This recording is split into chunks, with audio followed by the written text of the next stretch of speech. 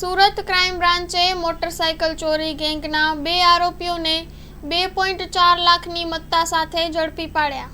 Team પેટ્રોલિંગમાં હતી તે દરમિયાન ટીમના પોલીસ માણસોને બાતમી મળેલ કે સુરત શહેર અને ગુજરાતના અન્ય શહેરોમાં વાહન ચોરી કરતો આરોપી રુજલા તોમર અને રાકેશ તોકરિયાને ચોરીની બજાજ પલ્સર અને હોન્ડા શાઇન મોટરસાઇકલ લઈને અડાજણ BAPS મંદિરથી મકઈ પુલવાળા રસ્તેથી પસાર થનાર છે।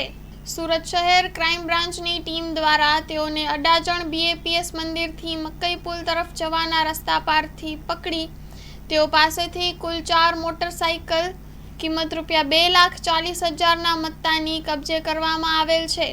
આ મોટરસાઇકલ તેઓએ સુરતના પાલગામ તેમજ ભરૂચના નેત્રંગના રાજપારડી ખાતેથી ચોરી કરેલ હોવાનું જણાવેલું છે।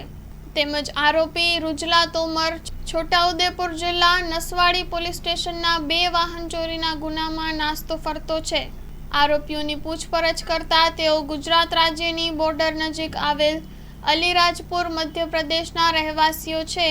તેઓના આજુબાજુના ગામના લોકો ગુજરાતમાં દારૂબંધી હોવાથી ગેરકાયદેસર દારૂની હેરાફેરીની પ્રવૃત્તિ સાથે સંકળાયેલા હોય તેઓને દારૂની હેરાફેરી માટે મોટરસાઇકલની જરૂરત પડતી હોય આવી પ્રવૃત્તિવાળા લોકો તેમની પાસેથી ચોરીની મોટરસાઇકલ લેતા હોવાથી આરોપીઓ સુરત અને ગુજરાતના અન્ય જિલ્લાઓમાં કડિયા કામની મજૂરી કામ કરવા માટે આવી મોટરસાઇકલ ચોરી કરતા હોવાની કબૂલાત કરેલ છે। Story report by Haresh Rajput, Surat.